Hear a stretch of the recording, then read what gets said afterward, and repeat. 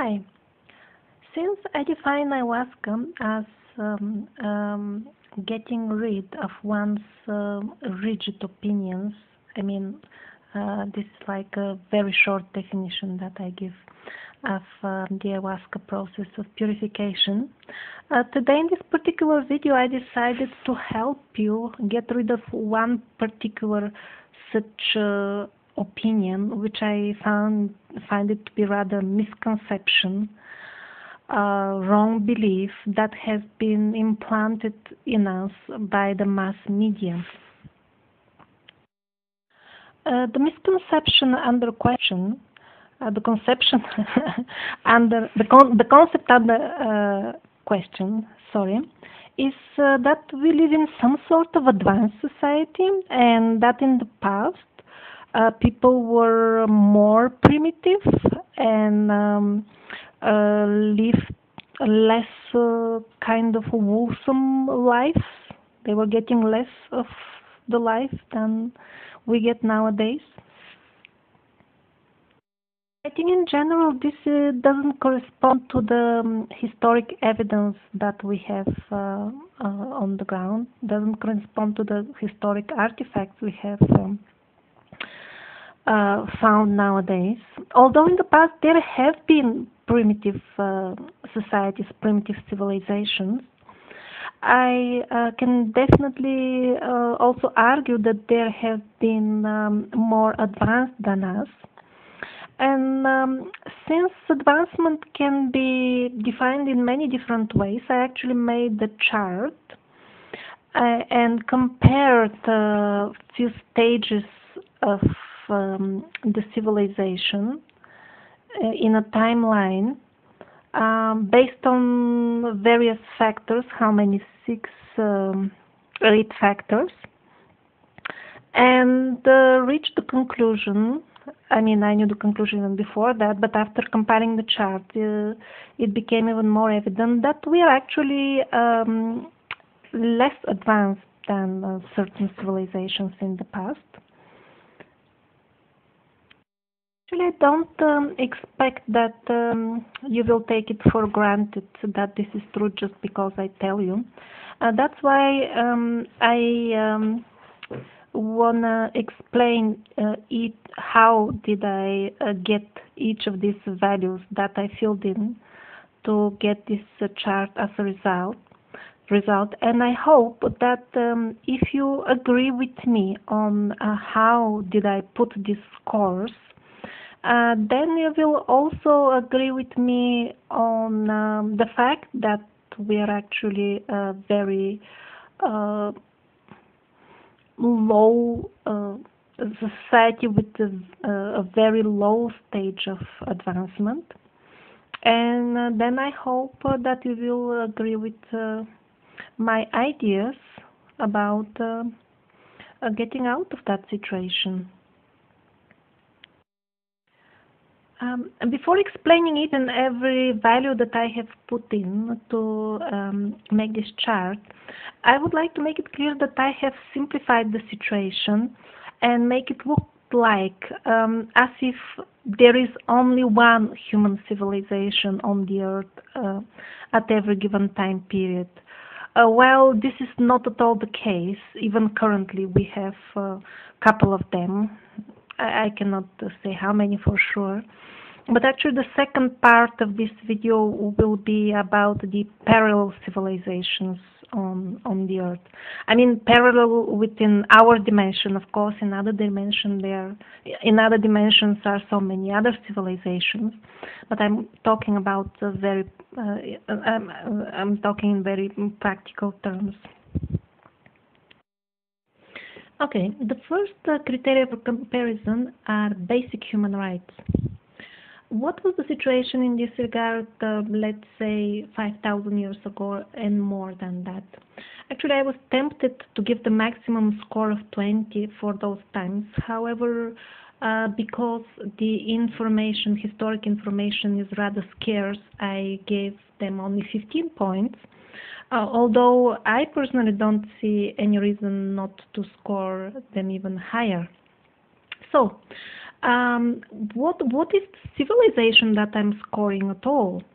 I'm talking about the advanced humans that we can read about in many ancient historic documents. For example, some of the Greek and also the Vedic literature. They talk about worldwide advanced civilization which was spread on all continents and lived prosperously and in harmony with nature. What are the very basic human rights? For me, they are at least to be able to own a small piece of land so that you can live peacefully on it with your family, own your body, and own your own self. I mean, this is very basic. I'm not talking about some complicated modern definitions. I don't have any reason to see any problem with that according to the historic description, so I have scored them 15. Then what about the times before that, around the time of Christ and after that? Well, slavery and savage exploitation of the poor is recorded in the history for that period, so I have given them very low score, only 2. And then for the recent few hundred years, I have put some kind of time marks like that, very approximate. I actually give the highest score of 20 possible because slavery was abolished. That was the end of the slavery, and people could live in some sort of capitalistic society, own their piece of land, and honestly work on their own consciousness. So I give the highest score. But nowadays, I see a very disturbing tendency of actually these basic freedoms to be taken away from us. Having a small piece of land that we can call our own. Well, actually, not all people on Earth can do that. I mean, they're forced by some sort of modern day slavery to live in ghettos, and the possibility of obtain a piece of land and live a normal life in harmony with nature is only theoretical. It simply doesn't exist for them. Um, then another point which makes me score very low the basic human rights nowadays is that we don't even have ownership of our own consciousness by the so-called war on drugs with the help of this wonderful piece of legislation. We are even prevented to do whatever we want with our own consciousness. I mean, how can we even talk about human rights nowadays if the government has something to do with what I'm doing with my own house without harming any other people, and why I use and why I may want to use sacred medicinal plants to get entrance to another level of consciousness. Why should this be of any concern to any government at all? Another example is that nowadays, even in some so-called advanced countries, the property taxes have become so high that people, actually a good number of people, will simply lose their homes because of that. For example, in Italy, the annual tax on a property is 7% of the value of the property. I mean, what is this? So what if you have an apartment in Rome that easily can be valued at 1 million euros? So how much you will pay per year? So what if you don't have a good job? I mean, basically you will be forced to sell your home, or it will get confiscated. Been projects, ideas for implementing similar laws all over the European Union. So that is actually in the world of the rich people. So what about the poor ones? What about the shipibos with which I spent 1 2 years in the jungle? They get their land for free.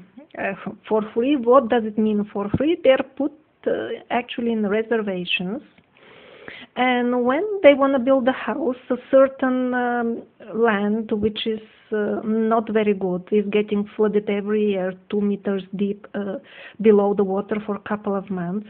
So that piece of land is given for them for free, and they can use it. They cannot sell it. But actually, it does not belong to them. It belongs to the government. It belongs to the reservation.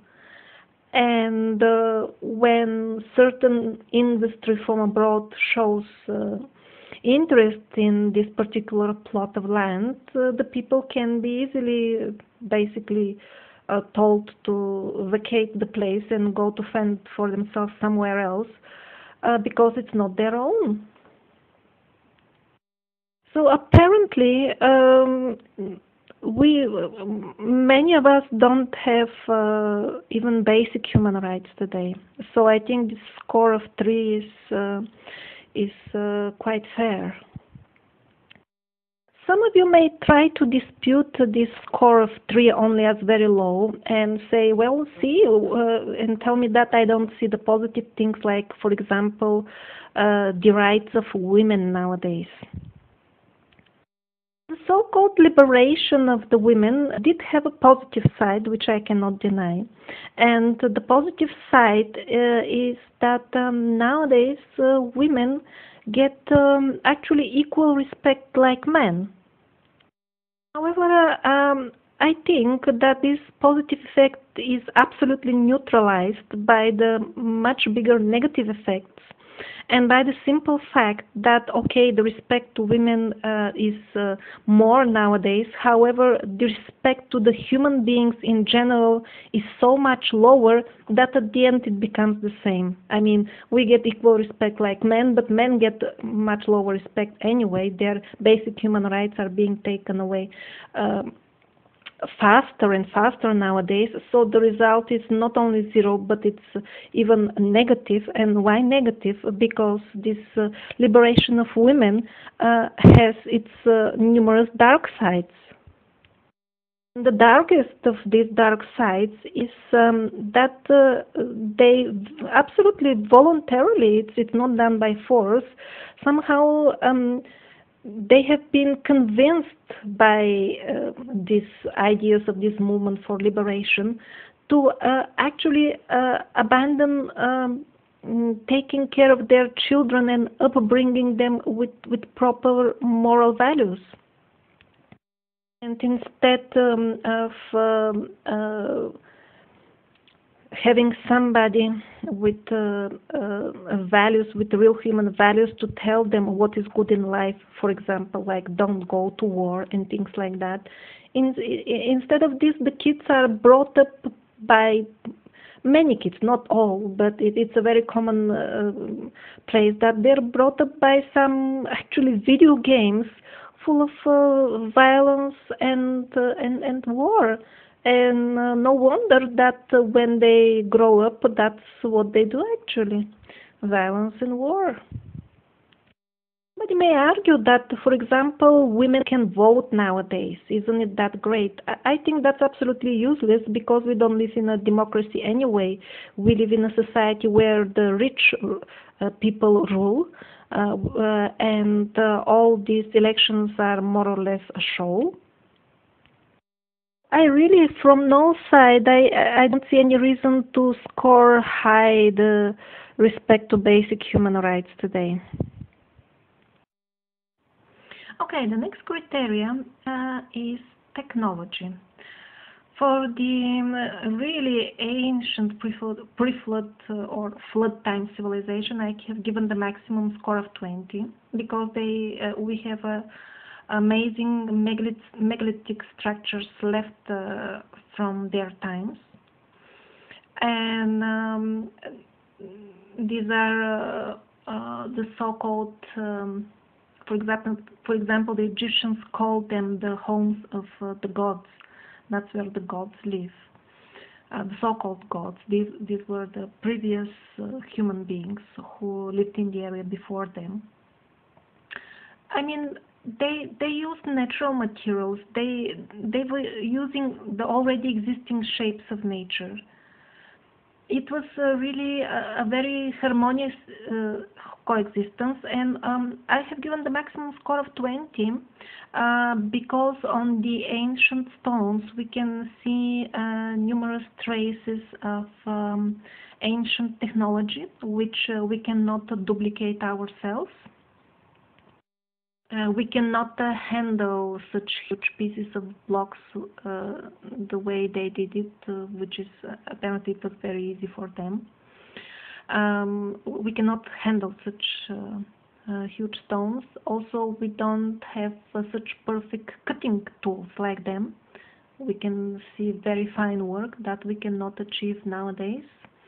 In the measurements, I mean, the huge sarcophaguses and other stone objects, they're made with preciseness up to 1 millimeter. I mean, the angles, like where three angles meet with each other, it's so perfect. It's like a digital precision, like jewelry work. However, it is on such a grand scale.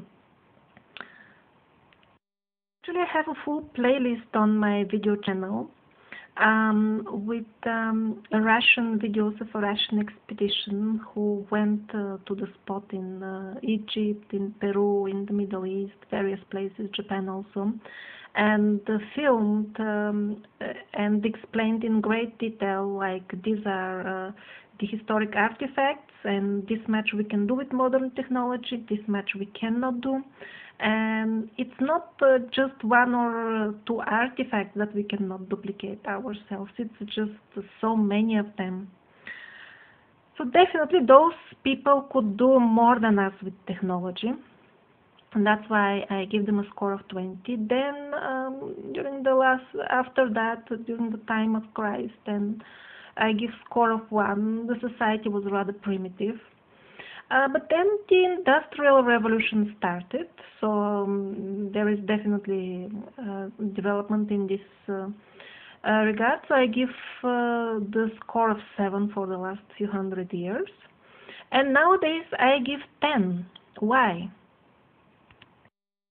Let's say 15 or 17, or okay, it has to be lower than the 5,000 years ago because we still don't have those perfect tools.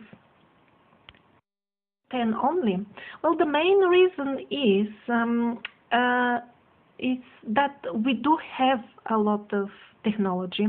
However, it is not used by the masses. Some people like you and me, the people who rule our planet currently, they give only that much technology so that it can keep us busy all day, like a hamster in a wheel, working and working and working and not having time to think much. And they don't allow us to use technologies which will allow us, which will give us life in harmony with nature, and also much easier life. We can be absolutely energy sufficient, however, this is not allowed for us because then we will be out of their control, out of the reach of their control. Not even talking about things that are not common knowledge. I'm talking things about that everybody knows. For example, solar energy. I mean, there are so many functioning solar cars. Some men who are more handy and live in areas with more sun, they have put huge solar panels on their trucks, and with different batteries. There are even also manuals how everybody can turn their truck to a solar vehicle and use it that way. This is not some sort of secret. However, such cars are not sold on the market. They are not manufactured. We are not allowed to have them in mass because it will give us freedom. example from transport. There is a fully um, not a science fictional, but a real project to make super fast train all around the globe, which will make it which will make travel between continents much faster than now, and much more convenient, much cheaper, and much more ecologically clean, and much more this and much more that. I mean, the technology for such trains, it already exists. It's not even some secret theory. It is used in Japan, for example. Fully within the capability of our civilization to start this project and finish it very soon, and get rid of these planes, which take a lot of time, and they're also very expensive, and they pollute a lot.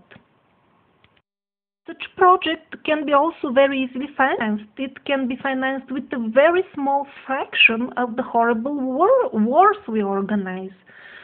So it's a very practical project. However, there is no discussion even to start it, because it will make our life so much easier. Allowed to have that. If you think in a sober state of mind about it, there is something very wrong, very stinky about all this. In the past, when the society was primitive, one man, he could work and manually with his own hands, working in the fields, he could provide for a huge family alone, and the families were big at those times. And nowadays, the machines are doing most of the work, and nowadays even the women have to work long hours, and still they're in poverty. There is something very wrong. I mean, we're all working. Who is getting the results? It's not that we're getting them.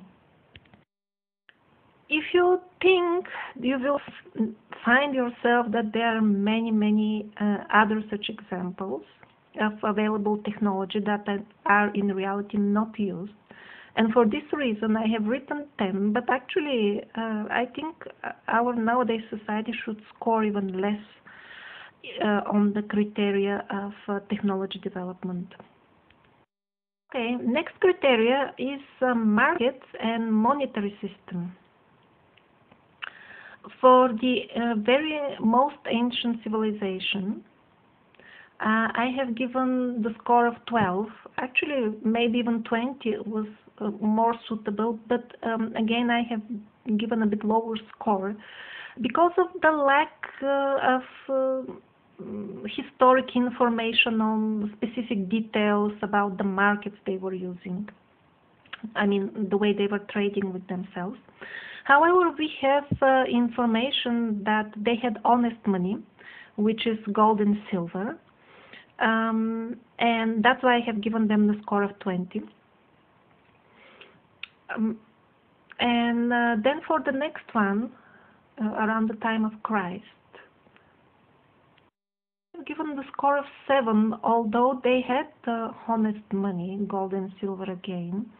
However, the personal freedom in the society was quite restricted. I mean, people were not very free to trade here and there.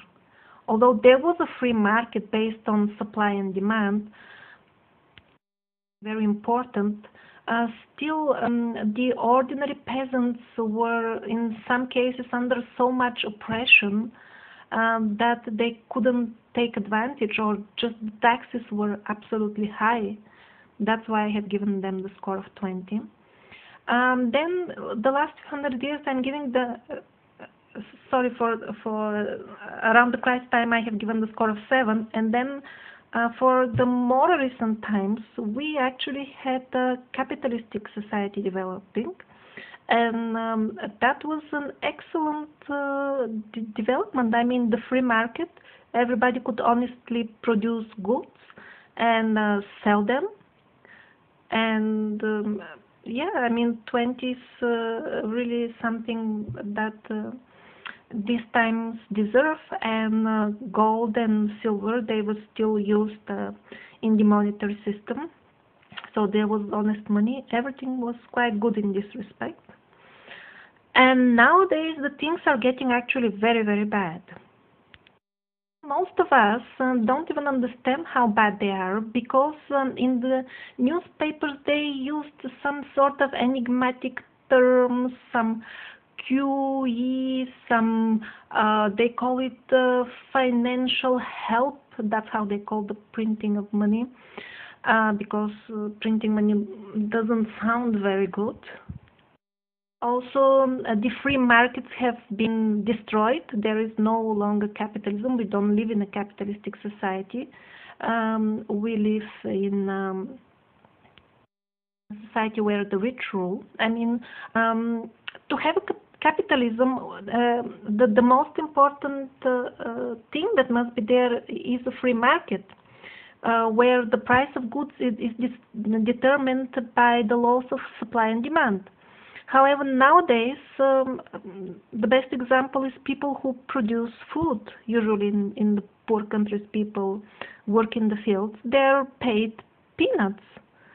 I mean, for food, even in the rich countries, if it is not subsidized by the government, people will be still paid peanuts because food is food ingredients is all food ingredients are extremely undervalued, and there is a misconception that the mass media supports and many people believe it, that you see it is very cheap because nobody wants to pay more for it, otherwise they would bid more, right, the traders. Yes, that's how the free market works. However, we don't have a free market nowadays. We have a digital market. The prices of these basic commodities are actually calculated electronically. It's a very complex system, and they have put very strange names on different things, like, for example, naked short selling, things like that, which the common person doesn't know what it means. But the way it works in reality is that these traders, they can buy and sell stuff which they do not have at all. When they want to make the people who produce food in the poor countries even poorer, they simply sell a lot of the given commodities, some sort of food, let's say rice. They just sell more rice than can be produced on the earth for 10 years. And that will, of course, make the price of the rice drop dramatically. But actually, they don't have any rice.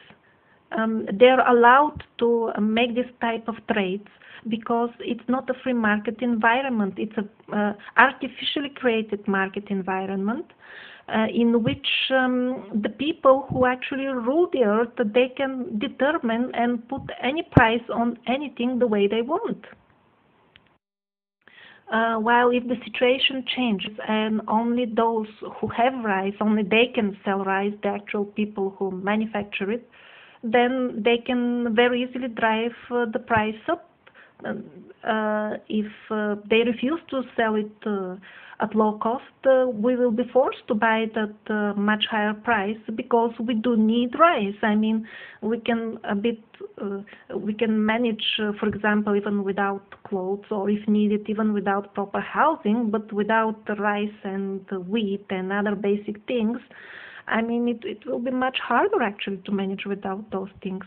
So if we had a free market, the value of the work of those people who produce the most needed thing, which is food, the value will be much higher. So this is only one side of the disaster, that we don't have free markets and the prices of basically everything is determined centrally on the big markets, where the big players buy and sell things that they do not have. And the other disaster is that we don't have an honest money. Gold is honest money and silver because we cannot manufacture it. While since the central banks, they took over the money supply, what they do is they print money. I mean, nowadays they don't even print it. They just type in the computer many zeros into somebody's bank account, and that's how they print them. Then they don't even bother to make papers. And like that, magically, out of nowhere, they produce millions and trillions and billions and give them to the rich. I mean, the rich, they actually already own those banks who are entitled to doing these things anyway. Uh, so situation is pretty bad. That's why the general tendency nowadays is for the poor to get poorer, and for the rich to get richer. That's how it works. It's not exactly the way it is presented in the newspapers, though. I mean, and other mass media, TV, of course. TV is the great brainwasher of our times. Over there, they create the impression that only qualified economists should talk about these things. So we, the ordinary people, we should not attempt to think about these things because they are not within our reach. They are not within our grasp. Also, they put very confusing names to very simple actions, like, for example, printing money and giving it out to the rich for free under different pretexts, to keep the banks from failing because that will protect us. They give them out billions and trillions to cover their debts. I mean, what is this? This is some sort of theft. If I start manufacturing money today at my home, I will be arrested. But if the bankers do it, they do not. Why? That there is something very, very wrong. And what is very wrong is that the money supply is not honest money. If we were still on the old system of gold and silver, this simply couldn't happen because they couldn't magically produce that gold and give it to the banks.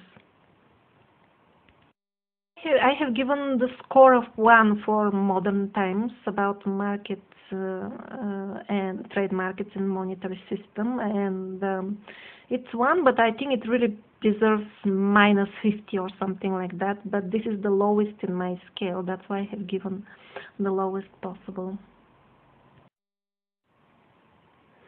Okay, next criteria is social and political system. For the oldest civilization, I have given the score of 15. Just again, due to the lack of complete historic information. I mean, like in the Vedic literature, we see a description of a very just society without social oppression, very society really based on respect to all humans and with very high moral values. So from that point of view, I could have put 20, but still, to be like in favor of our times, I put only 15. Another historic record is found in a recent Armenian archaeological work.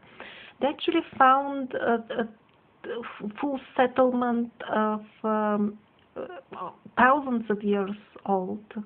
Now some people in Armenia say, oh, we are the cradle of civilization. You see, we have a settlement with written language some 10,000 years ago. But in reality, there are traces like this all over the world.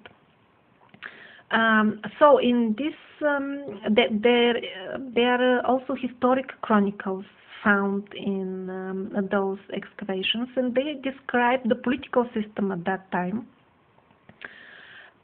which was a king who was being elected amongst the strongest men of the area every 2 years, and the king, he had to promise what he will do for his people during his reign, and he was being monitored if he is really doing it. and if he wasn't showing any signs that he is following his promises, he was being dethroned and punished, and another king was put on his place. So, I mean, probably they were quite more democratic than us. And obviously, this historic record can absolutely make us rewrite the history that we learn in school, that it is the ancient Greeks who came up with this idea of democracy. No, it existed much longer before them. That's how I justify the score of 15. Then around Christ time and after that, no, there was a lot of social oppression. The peasants, they were really deprived of many things. I give the lowest score of 1. But then actually till very recent, we made a good advancement in this respect. Even just a few decades ago, they were really democratic society where people could hold honest elections and really choose somebody amongst them to lead them. Nowadays, I mean, elections, very rare. Usually, very small countries will have honest elections. Most likely, if you live in a bigger country, you will know yourself from the reports of the newspapers how what kind of tricks the parties are doing to get elected, actually with dishonest means. And no matter how they get elected, very few of the politicians nowadays really represent the desire of the people whom they rule. Basic things. Most people do not want the wars, and still we collectively as a civilization now, we are constantly at war at so many places nowadays. So many millions of people suffer the horrors of war. Yet there is no country where if you actually ask and make statistics of the people and ask them, do you want war? No. Every single country will say, no, we don't want war. Politicians, they're actually organizing the wars, and the so-called international organizations devoted to peacekeeping, they're actually internationally coordinating the wars. Papers, it is being presented to us in a completely different light. You will read, oh, there was this politician, he went for a peace talks with another one, but they couldn't reach agreement. I mean, why should it be presented in such a complex way? It is simple. They are international organizations. War should be simply banned. There is no excuse for war, period. To be civilized, we should simply not go to war, and there is no excuse. Another example for the fact that politicians do not represent the people and that we don't live in democracy. People from all over the world protest against genetically modified foods. Nobody wants those things. I mean, it's obvious, and yet it is all over the world, even in the countries where it is not allowed. Actually, private laboratories have proven that GMO is given to people without their knowledge. I mean, it is not allowed, but they simply sell it, and the people who buy it, they don't know it. I can go on forever with examples proving that we don't live in democratic society nowadays in general. That reason, for the current time, in terms of social and political system, I have given the score of 1. Because the freedoms that we had just recently are evaporating very, very fast. And if measures are not taken, very soon the last few remnants of democracy that we have will be taken away from us. Okay, the next criteria is medicine. I have given 10 for the oldest civilization, 10 points. Although it could deserve even 20 as well, because from Greek and Vedic sources we know that they lived in harmony in nature, so we could guess that they were healing themselves with herbs in a natural way. Also, their historic clues that those people used to live much, much longer than us. So 10, but maybe 20 would be more fair. Then during the Christ time and later, I have given only 8 because yes, people have access and knowledge about the herbs and about the environment that they live in, how to heal themselves with natural ways and magic. And then I give 10 for the last 200 years because actually scientific research started developing and things like dentistry was being taken to the next level. So there was advancement. And nowadays things are going downwards very rapidly. I find the trends in modern medicine very, very disturbing. I have given the score of only 4, not because we don't have a technology, but because the common man cannot get advantage of this technology, and moreover, very often this technology is used to harm them and not to heal them. Science is very advanced nowadays. We have all knowledge needed to test and manufacture amazing remedies from the herbs, which have always been our healers.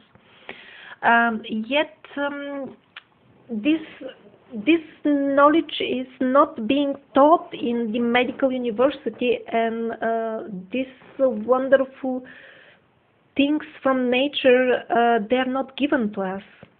Instead, we are being given chemical substances with a lot of side effects, which in many cases are much bigger than the effect of the medicine itself.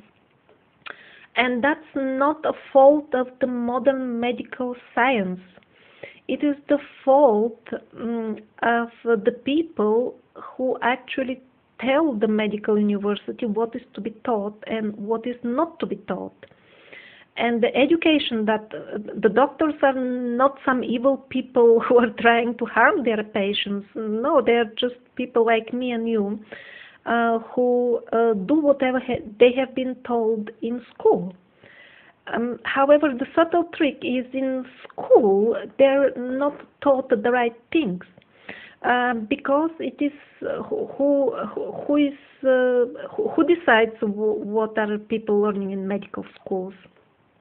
Actually, if you make research in this regard, you will be very surprised to find out that the big medical corporations, they have full power to decide what doctors learn.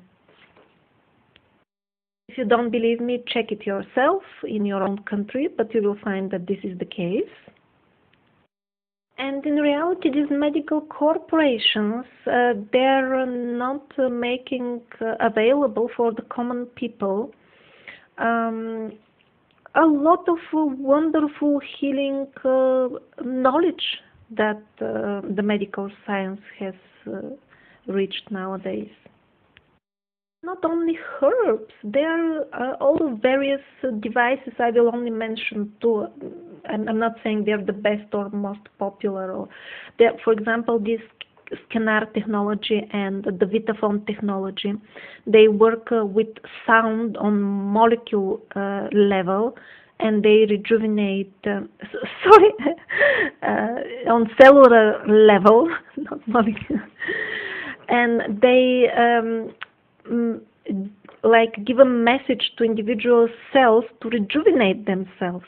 This is a very nice healing method, yet it is being implemented only by a couple of million people around the globe. I mean, most of us don't even know about it. Uh, Most of us don't know how to use the healing powers in our hands, although we all have them. We are not being told about it. And these are very much things that can be measured and are being measured by various scientific research teams. However, the problem is that this knowledge is not being implemented for the benefit of the common man, and for this reason I have given the score of only 4. And what is even worse is that sometimes nowadays, and unfortunately it's getting more and more common, under the pretext of medical care, people are being harmed and poisoned. It is usually done by some so-called vaccines, which are highly questionable, and in many cases it can be easily checked that they have absolutely no benefit for the people who receive them, and they have serious harmful effects. I will not go into this in detail. You can get more details on naturalnews.com. Okay, I'm on to the next criteria. That is respecting Mother Nature.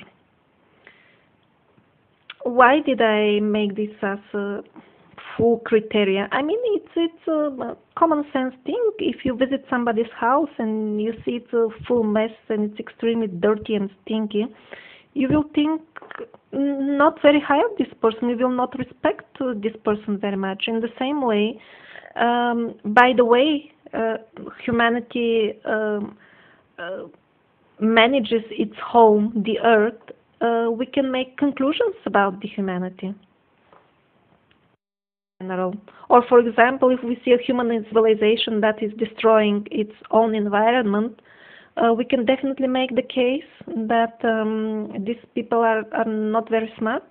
They are in the position of a person who is sitting on a branch and cutting it at the same time. I mean, sitting on that part of the branch which is going to fall down after cutting it. So I have made this full criterion, and I have given 20 points, the maximum to the oldest civilization. I mean, in the historic texts, in all of them, we read about the Atlanteans and other branches of this advanced civilization, and in all of them it is clearly mentioned that they lived in harmony with nature. For the society around Christ's time, again 20. I don't see them destroying Mother Earth, polluting it in any way. And then as the Industrial Revolution starts, I have given the score of 12 only. And for nowadays, I have given the score of 1 only, and I'm not even gonna comment on it. I'll be very surprised if there is somebody who doesn't agree on this one with me. I'm talking about the collective human consciousness nowadays. Of course, so many individuals are trying to pull the society in a different direction. However, unfortunately, they are still a very small minority. Hardly we can talk about even percentages at this point. And that's why I have given the score of 1 only. Next criteria is peace. I have given 10 points to all this civilization. Not 20, because we do have some records of the so-called gods. I mean, many of them called them gods, the time of the gods. We do have some records of the gods fighting with each other.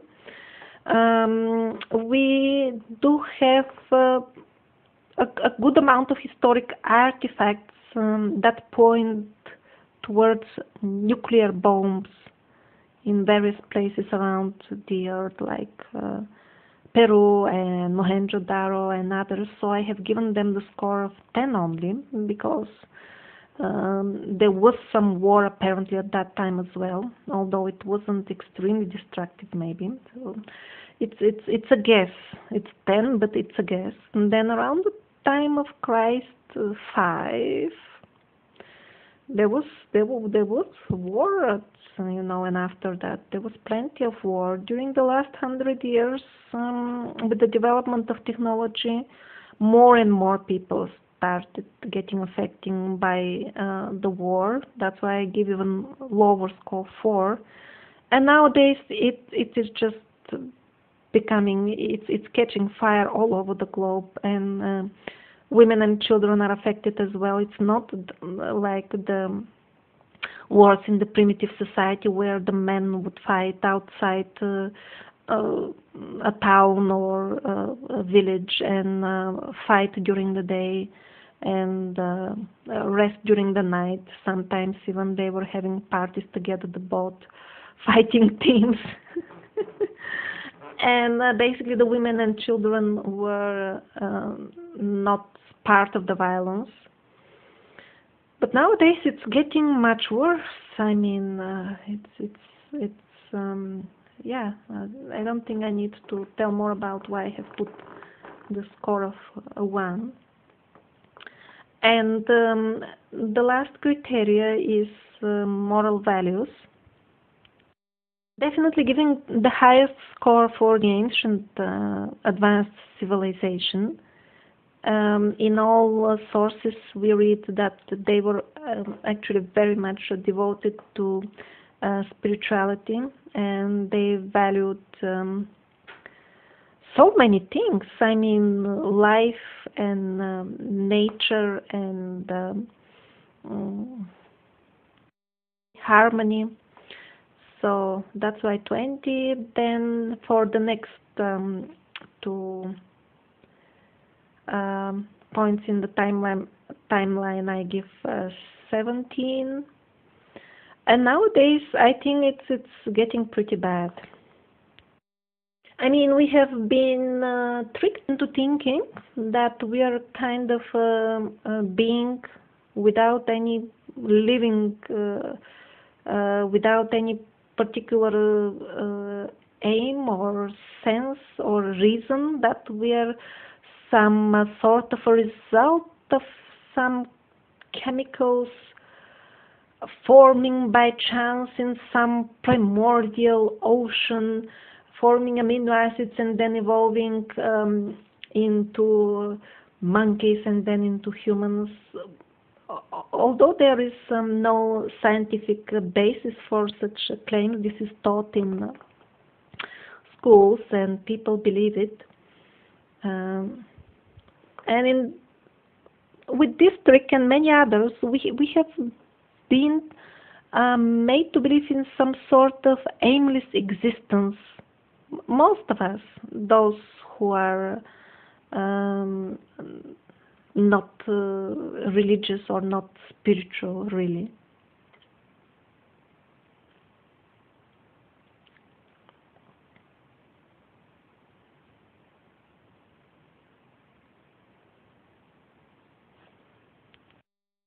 I just want to clarify, when I spoke like this about evolution, I mean in sense of the fact that one species originated from another.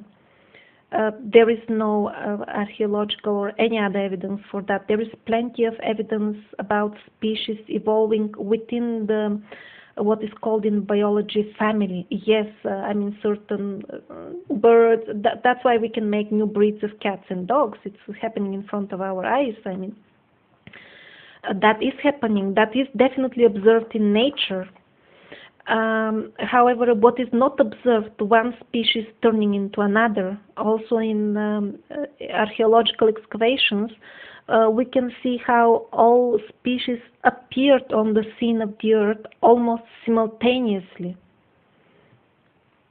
They did not come step by step gradually. They appeared during the same historic period. in the archaeological layers of excavation. To the point, we have been tricked by the mass media to somehow believe that our existence is just meaningless, basically, and this has been the box of Pandora. So many misconceptions can be then put in our heads very easily once we were tricked into thinking that, and once we forgot the real meaning of life, which is schooling, learn things, to understand our absolutely magical nature and abilities to create existence with our thoughts. Once we were tricked into thinking that humans are basically cruel living beings that can live in war and can live in constant oppression by other human beings. Well, since we believe this, that this is how we live, because we create our life with our thoughts, with our beliefs. Once our beliefs change and we realize that we are absolutely free and we are beautiful and harmonious by nature, once we understand this and believe it, then our beliefs will change completely, will change our lives completely. And by the way, recently I stumbled upon very interesting information about this new age that I'm always talking about, and I have so many videos talking about it. However, apparently some people, not some, but many people in Russia are not on the stage of talking about it, but have started actually building it.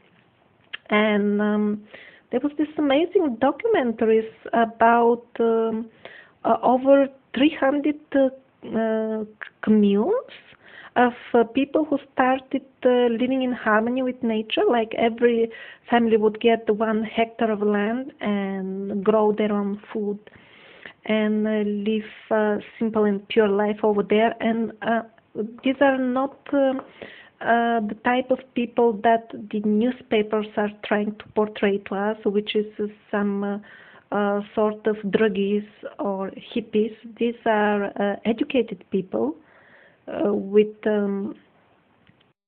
respectable professions who want to live a sensible life. And I wouldn't be surprised after after I read this information, I wouldn't be surprised if that prophecy of the shaman Anastasia comes true one day. I don't know if it will happen, but apparently this prophecy becomes more relevant after this information, that the actual building of the New Age will start from Russia, where people will be forced to adopt this new way of living, and it will happen very gradually. I was amazed to see a video footage from a full school. Probably there are many others as well, must be in these communities. They must have their schools like that, where the children of the New Age, about which I have been talking a lot in my videos, that actually when they appear, they will be the New Age, a generation which is aware of its magical abilities. I mean, they already have schools with that, where children are taught real knowledge about living in harmony with nature, and from very young age they understand the magical nature of their human being. Well, that's something very inspiring to see. And now maybe it's time for the second part of the video, which is about the parallel civilizations. So let's see how many of us are here on the earth now. I mean, how many of us of the human race? Certainly, one is the one you know about, our civilization. The other one, maybe I could argue that there are small traces of a primitive civilization still existing in remote parts like the Amazon forest. There is a good number of uncontacted tribes. They're definitely not part of our civilization. In Siberia, in some islands, there is a map of uncontacted tribes all over the globe. So there are still some of them left. So in one sense, we can see that yes, there is another primitive civilization coexisting with us, parallel existing to us. And I personally believe that this was the case in ancient times as well. We do have historic records, for a number of historic records in this respect. For example, in the Vedic literature, we read about these forest monkey-like people headed by Hanuman. They actually were in touch with the human race and helped Lord Ramachandra when he needed to fight for the side of the good, the light side against the dark side, something like that. Probably this, I'm not saying for sure, but probably this, the Hanuman race is the Bigfoot, the Sasquatch beings that we know nowadays. Maybe that's how we call them. That's how we know them under this name. I personally do think that this Sasquatch civilization exists because of the thousands of evidence we have. I mean, we have thousands of sightings. We have chemical analysis of so many hairs from this unknown animal. Sorry, human. I think they are a type of human. We have video footage, or at least one of them I believe is quite genuine. Also, we have the DNA analysis of children who were, or I think it's grandchildren of mixed couples. What was the father was human of our race and the mother was Sasquatch. That was the case in Russia. The DNA analysis definitely showed that there was some foreign mixture on the mother's side a couple of generations ago. Of course, we have thousands of traces left by their feet. Why is this knowledge of the existence of the Sasquatch suppressed? Why the people who rule us don't want us to know about it? There was an interesting theory of one scientist who says that they don't want us to know about it because if we get in touch with them and start communicating and start making scientifically seeing their DNA structure, it will become very much evident that the current human version that we reside in has been genetically modified by this and that civilization and all those theories. They could be true because there is a very good reason to believe that we have been modified number of times by various external powers. But I myself suspect another reason as well. I'm only suspecting, I'm just giving ideas, is that they don't want us to be connected to the Sasquatch because the Sasquatch, they use very well their magical powers.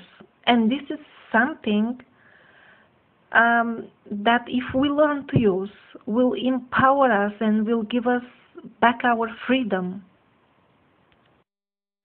There is really plenty of information about the magical things that the Bigfoot can do. If you're interested, you can research it yourself on the internet. Also, I think there is one big confusion about the Bigfoot. Many people say, okay, so if they're really there, why can't we see them? Why don't we connect with them? They're so advanced. We can go everywhere, you know. The reason, actually, many researchers who want, they go and search and they do find Bigfoot. The reason for which everybody cannot do it is that there is no, it's not allowed to have scientific research in this respect. I mean, if proper expeditions are allowed within their natural habitat and with the help of, for example, Native American shamans who are well connected with the spirits of the Sasquatch. I mean, the combination of our abilities to organize such expeditions and the abilities of the shamans to connect with their spirits, we can definitely get in touch with them. However, such expeditions cannot be organized because scientists are not allowed to investigate such things.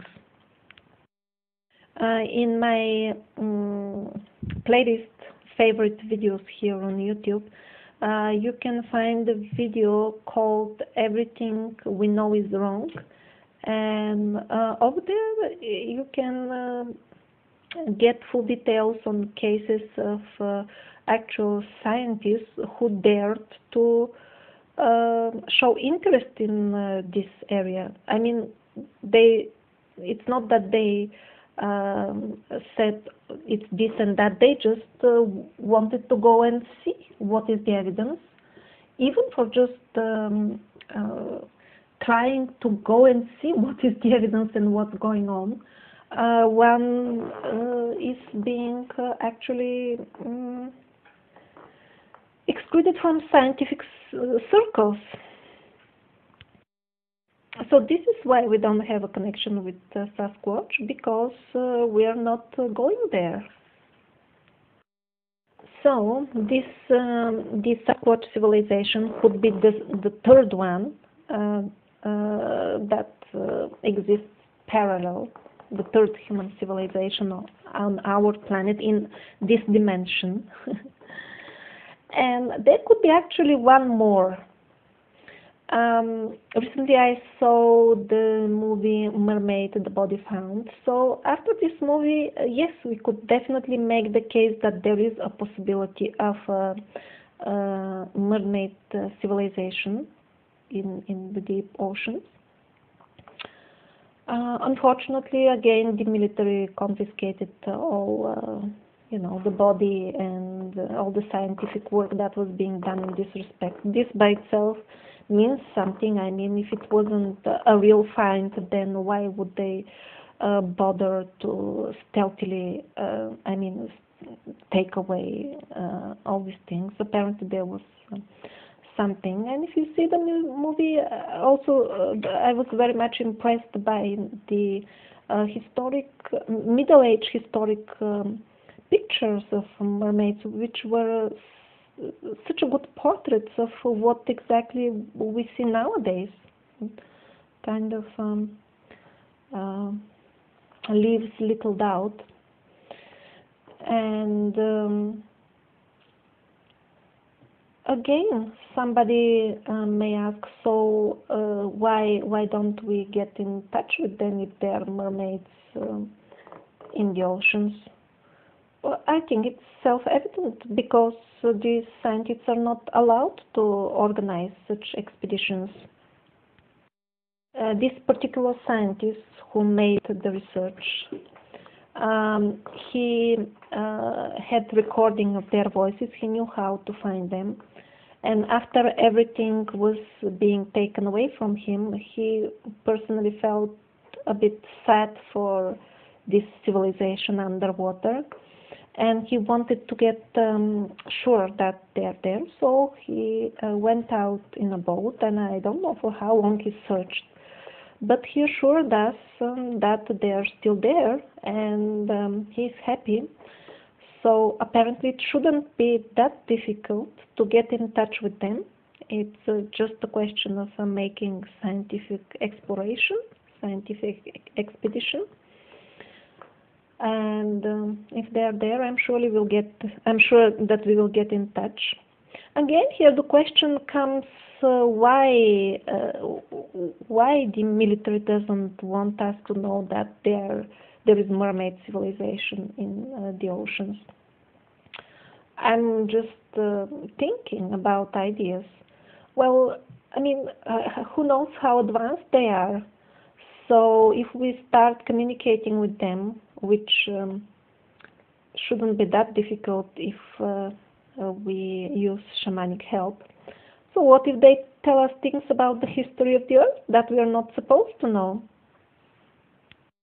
I mean, to hide artifacts from the most ancient history of the world, showing that there was another civilization at that time, which was quite advanced and living in harmony with nature. Hiding such artifacts has become a very common practice. I mean, museums, they have on the shelves, let's say 10-15% only of what they have in total, and they're very well instructed that they should not show things which contradict the official scientific theories, the ones that we are supposed to believe from the school books.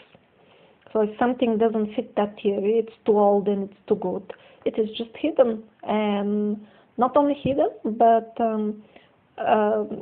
it is also scientists don't have access to it, not only hidden from common people. I hope all of you are getting aware that there is a great endeavor made to hide our ancient history from us. And I think the main reason is that they don't want us to know our magical abilities. As humans, we can shape our environment, shape completely our life, and completely reshape the planet into absolutely beautiful place very quickly. We can do that. It's absolutely within our reach. If we just believe it, if we just want it. But when we're just put in a movie that we are not originally from, I mean in a horror movie, because currently our civilization is a big horror movie of war. When we are preoccupied of such thoughts only, that's what we get on the outside. That's what we will create. That's why some of us can be convinced to go to war. If none of us believes in war, nobody can convince you in any way and give you a gun to go and kill another human. Shaping our beliefs with the help of the mass media is the greatest weapon that these people who suppress us have. And I'm not here to blame them. They're also part of our collective consciousness. There is no use of being angry at them or trying to prosecute them or trying to fight them in any way. Even if they're removed now completely, let's say they disappear within a second, all of them, the earth will not become a much better place, because our misconceptions will still remain with them, and very quickly another set of people will appear to replace them. On the other hand, if we just reshape our beliefs, these people, the people who do the organized evil on our planet, they will simply disappear, evaporate by themselves, because they will be no longer needed. They're part of us, actually. They're their manifestation of our dark side. And when we remove the beliefs that form our dark side, their manifestation, outer manifestation, will evaporate really within seconds. And that's why hiding the ancient history of the ancient glorious history of our Earth and the history of the refined human races that were walking this planet before us is very essential for the people who rule us at the moment. Because if we are being taught the real history in schools, this will change so much. People will have that idea that humans are capable of building such a beautiful and harmonious society. People will become very curious, and they will not allow this nonsense to keep important historic artifacts locked in all kinds of museum basements and very important historic megalithic monuments, like, for example, the Great Pyramid, to be practically closed for exploration. I mean, you can apply, but you will be never allowed, even if you're a scientist. True for so many other megalithic structures in Egypt. For the world, actually. To different degree in different countries, but still it is always there, this tendency. The amount of artifacts hidden in Vatican is just enormous. So that's why my guess is that the Society of the Mermaids and the Society of the Sasquatch, they're simply banned for us. No expeditions are organized to get in touch with them because they may tell us things that we're not supposed to know, or they may surprise us with their abilities to manipulate matter in a magical for us way, and then we may start thinking, okay, if they can do it, maybe they can teach us how to do it as well. Well, thank you for listening to me for such a long time. If you find my ideas interesting, I can tell you where I get them all. Well, not all, but most of them. It's in Set Books of Jane Roberts, SETH. Over there also you can get very interesting information about the different parallel civilizations that existed on our Earth recently, relatively recently. Yes, there were primitive cavemen. That's why we find this type of artifacts in the museums. But parallel with that, there was advanced civilization and remains of various advanced civilizations. There were civilizations on Earth, different races of humans. That's why we get those giant bones. And various other races of humans have been excavated as well. Well, again, thank you for listening, and I hope I have inspired you at least a little bit to think about the new human race. And after thinking, maybe even like the people in Russia, not to just think, but start also doing something about it.